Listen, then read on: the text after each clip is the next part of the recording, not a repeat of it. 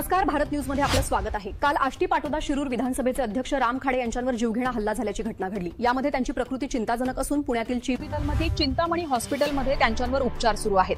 बीडमध्ये तर गुंडाराज चालू आहे। सत्ताधारी पक्षांच्या माध्यमातून हे सगळं सुरू आहे। 77 असे प्रथम दर्शनी दिसून येत असल्याचे आरोप करण्यात आले आहेत। अशा आरोप राष्ट्रवादी काँग्रेस पक्ष शरदचंद्र पवार गटाचे प्रदेशाध्यक्ष शशिकांत शिंदे यांनी केला आहे।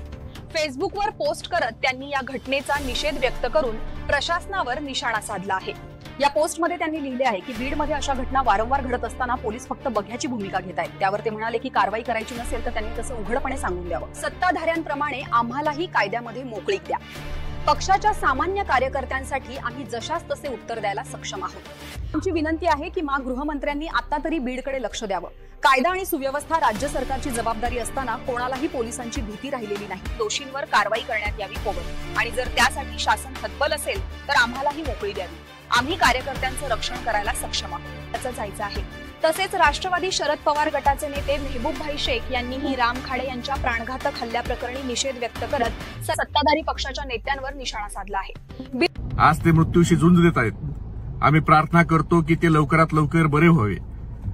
पण देवा भाऊ, जे सामाजिक कार्यकर्ते तुमच्या नेत्यांच्या भ्रष्टाचार उघड करतात, भाजपाच्या आमदारांचे, देवस्थान जमीन असो, वक्फ बोर्डाच्या जमीन असो, किंवा काल परवा आष्टीतलं शॉपिंग सेंटर जे च्या नावाखाली ज्या जागेवर कॉम्प्लेक्स करून बांधलं जातं अनाधिकृतपणे, त्याच्यावर स्टे घेणं असो, किंवा काही मोरूमाळूच्या हैवा पकडून देणं असेल, असं सामाजिक काम नेहमी करणाऱ्या रामभाऊ खाडेवर जो जीवघेणा हल्ला झालाय, हा देवाभाऊ कुणी केला, याचा मास्टरमाइंड कोण आहे?